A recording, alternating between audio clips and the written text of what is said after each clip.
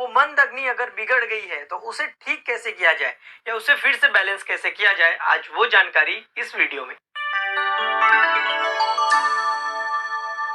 स्वागत है आप सभी का ओज आयुर्वेद पे, जहां मिलती है आपको एकदम सही जानकारी जो कि आयुर्वेद के शास्त्रों में लिखी हुई है। तो आज हम बात कर रहे हैं उसी आयुर्वेद के शास्त्रों के आधार पे अग्नि के बारे में। हमने पिछले कई सारे वीडियोस में आपको बताया है कि अग्नि 13 तरह की होती है।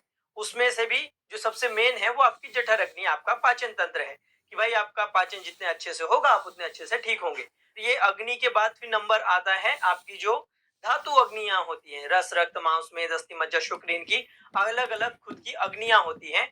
और ये जो अग्नि होती है वो डिसाइड करती है कि आपके शरीर में कौन सी धातु किस तरह से रहेगी।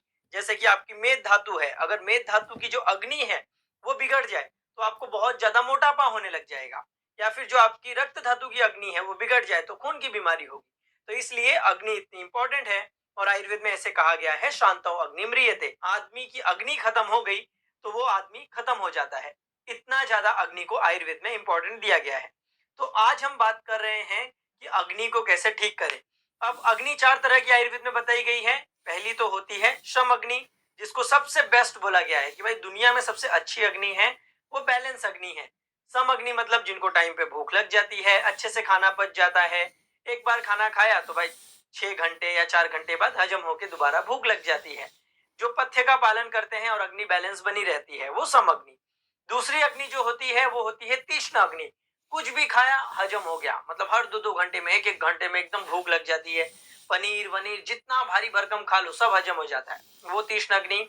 और बाकी जो 2 अग्नि है वो है मंद अग्नि और है विषम अग्नि।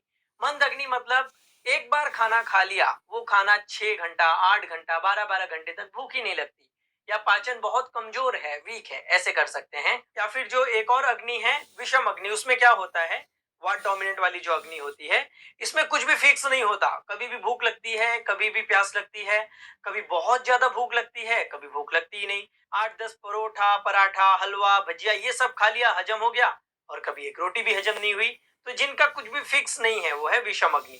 तो आज हम जो बात कर रहे हैं वो 2 तरह की विशेष अग्नियों के लिए फायदेमंद है, क्योंकि तीक्ष्ण अग्नि वालों को तो कोई टेंशन ही नहीं है, वो जो कुछ खाया सब निपटा देते हैं। सम अग्नि वाले अपनी तरह से अच्छे ही हैं। हमारा एम क्या है कि अग्नि को सम करना। ठीक है, कौन सी 2 अग्नियों पे फिर मेन फोकस करेंगे हम, एक जिनकी मंद अग्नि है, जिनका पाचन बहुत वीक होता है, कमजोर होता है, और दूसरा विषम अग्नि के बारे में बात करेंगे, जिनका पाचन कभी भी फिक्स नहीं रहता, कभी बहुत भूख लगती, कभी लगती नहीं, कभी बहुत हजम हो जाता, नहीं होता, इस तरह की है। तो पहले क्या उसके लिए करना है वो बोल देता हूं, और उसके बाद उसके पीछे का साइंस क्या है वो बताता हूं। इसके लिए हम 2 चीजें कर सकते हैं। एक पहली चीज है, या तो हम सोंठ और घी, इसे सुबह खाली पेट गर्म पानी के साथ लेना है। सोंठ की मात्रा 2 से 3 चुटकी, घी आधा चम्मच, सुबह खाली पेट ले लो। या इससे भी ज्यादा अगर स्ट्रॉन्ग कुछ लेना है तो यही सोंठ 2 चुटकी, घी आधा चम्मच, और एक यवशार नाम की एक औषधि होती है, वो 1 चुटकी डाल के सुबह घी के साथ गर्म पानी से ले लेना है। इसके बाद जब खुल के भूख आपको लगेगी तब आप खाना है। इस तरह से आप करेंगे तो आपकी जो अग्नि है वो बैलेंस रहेगी। ठीक है, बस ये 2 उपाय करने हैं अग्नि को बैलेंस करने के लिए। मेरी कोशिश ये है कि हम जितना इजी ऑप्शन बोल सके, दवाइयां तो हजारों लाखों हैं, हमारी कोशिश है कि जो सबसे आसान नुस्खे आपके लिए हो आयुर्वेद के वो शेयर कर सके। तो ये 2 चीजें सुनने में बहुत आसान लगती हैं पर बहुत इफेक्टिव है, जरूर कर लीजिए। अब जिनको केवल नुस्खा जानना था वो यहां से वीडियो देखना बंद कर दीजिए, क्योंकि इसके आगे आपके लिए फायदेमंद नहीं है। जिनको प्योर आयुर्वेद सीखना है, रियल, अब इसके पीछे साइंस क्या है, लॉजिक क्या है, आयुर्वेद में क्या सोच के आप ये बोल रहे हो वो जानना है, अब वो यहां से आगे का वीडियो देखे समझने के लिए। चलिए, सबसे पहली चीज हमने क्या ली है, सोंठ लिया है, और दूसरी चीज क्या ली है, घी ली है। किसके साथ ले रहे हैं, गर्म पानी के साथ। ठीक है, कौन सी अग्नियों के ऊपर बात कर रहे हैं हम, मंद अग्नि और विषम अग्नि। मंद अग्नि किसके कारण होती है, कफ के कारण। विषम अग्नि किसके कारण होती है, वात के कारण।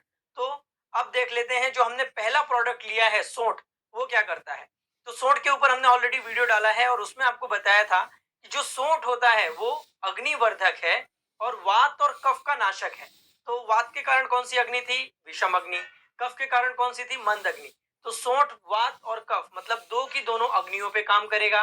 एक और विशेष चीज सोंठ के साथ है कि इसे विबंध हर बोला है। विबंध हर मतलब कई सारे लोग देखिए ऐसे बोलते हैं कि पेट में गैस है ना वो अटकी रहती है, निकलती ही नहीं, ना ऊपर से गैस निकलती है ना नीचे से गैस निकलती है, एकदम पेट में गैस फंसी रहती है। और कई बार विबंधहर का एक और मतलब ये होता है कि जिन लोगों को कॉन्स्टिपेशन जैसी तकलीफ हो जाती है, मल बहुत चिकना होता है या मल ही ठीक से नहीं निकलता, सेंसेशन नहीं होता, कई सारे लोग आपने ऐसे देखे होंगे कि उनको पेट साफ करने के लिए ना सुबह या तो तंबाकू खाना पड़ता है या गर्म चाय पीनी पड़ती है या गर्म पानी पीना पड़ता है, कुछ ना कुछ कोई गर्म चीज या सिगरेट पीना पड़ता है। अब ये सारी चीजों में आप कॉमन देखिए क्या है, गर्मी एक कॉमन चीज है। सिगरेट गरम है, चाय गरम है, ठंडी चाय देंगे तो पेट साफ नहीं होगा, गरम चाय से ही होता है। पानी गरम पिएंगे तो पेट साफ होता है। तो गरम चीजों के साथ पेट साफ हो रहा है, तो गरम चीजों का एक क्या गुण है, गरम चीजों में जो पित्त है उसका एक गुण सर बोला है, मतलब खसकना, एक पित्त का गुण बोला है। तो जो गरम चीजें होती हैं वो बाउल मूवमेंट को क्लियर करने में मदद करती है। तो ये जो सोंठ है वो आपकी कॉन्स्टिपेशन को पेट साफ करने में मदद करती है या आपकी जो इंटेस्टाइनल मोशन है उसको नॉर्मल करने में मदद करती है। तो जिन लोगों की अग्नि वीक होने के कारण या तो मल बहुत चिपचिपा आता है या मल में बहुत ज्यादा गैस होती है, इस तरह की तकलीफ है, तो उनके लिए सोंठ बहुत अच्छा है। साथ ही मंद अग्नि होने के कारण जिन लोगों को बहुत ज्यादा गैसेस फॉर्मेशन होती है, पेट में दर्द होता है, पेट फूल जाता है, ब्लोटिंग की तकलीफ होती है, उन सब के लिए सोंठ अच्छी होगी। ये अग्नि को बढ़ाती है, पित्त को बढ़ाती है, वात कफ को कम करती है, इसलिए सोंठ ले रहे हैं।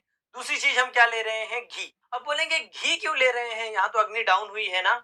हाँ, घी इसलिए ले रहे हैं, विषम अग्नि वालों के साथ क्या होता है ना, उनका कुछ भी फिक्स नहीं होता है, वो हवा है, हवा को बैलेंस करने के लिए हम यहाँ पर घी ले रहे हैं।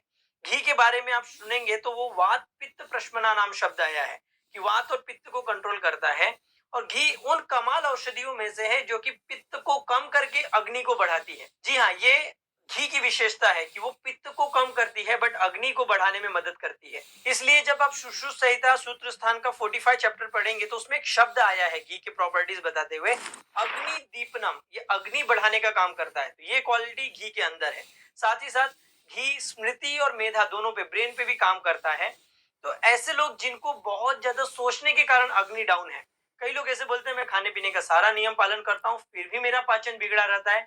तो ऐसे लोग जो बहुत ज्यादा चिंता, शोक, भय, क्रोध करते हैं, अब हमने एक वीडियो डाला था कि सारे नियम पालन करने के बाद भी पेट क्यों खराब होता है, उसमें आपको बताया था कि आयुर्वेद में पेट खराब होने के जो कारण है उसमें एक शब्द ये भी आया है, चिंता शोक भय क्रोध दुख शैया प्रजागर है।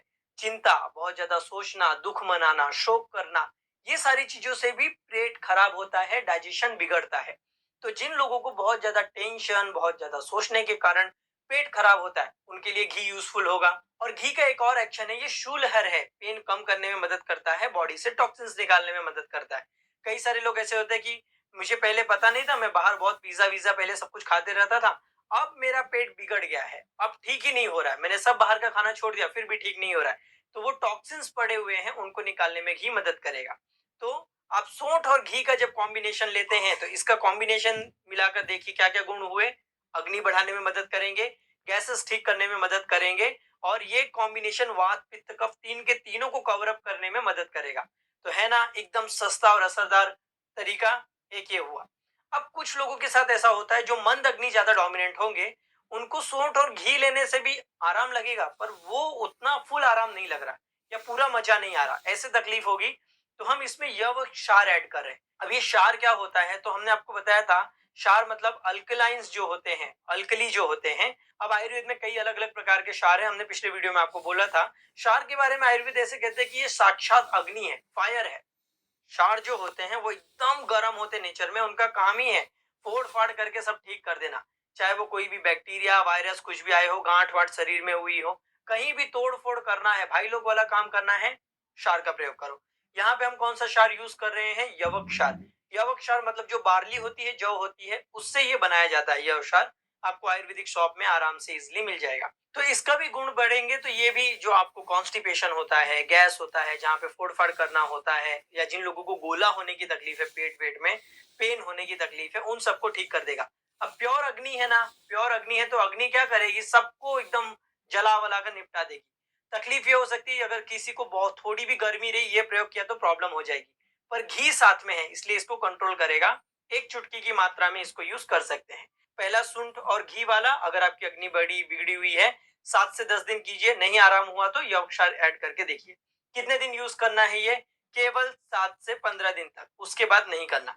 क्यों? क्योंकि क्षार लंबे समय तक यूज नहीं करते, वो नपुंसकता करने का काम करता है, ऐसा आयुर्वेद में कहा गया है।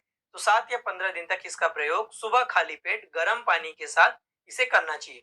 2 चुटकी सौंठ, 1 चुटकी यवक क्षार और आधा चम्मच घी के साथ गर्म पानी खाली पेट लेना है।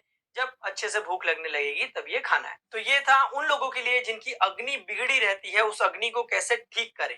तो ये वीडियो आपको कैसे लगा हमें कमेंट करके जरूर बताएं। ये आपको आइडिया कैसे लगा कि ठीक है, पहले नुस्खा बता दो और उसके बाद उसके पीछे का आयुर्वेद का जो सोच या साइंस है वो बोलो। ये अगर आइडिया आपको अच्छा लगा तो हमें कमेंट करके जरूर बताइए। हम कोशिश करेंगे कि अपने आगे आने वाले वीडियोस में भी आपको सिर्फ दवा का नाम बताने से अच्छा उसके पीछे का लॉजिक और साइंस भी आपको समझा सके, जिससे कि आप बहुत अच्छे तरीके से आयुर्वेद सीख पाएंगे।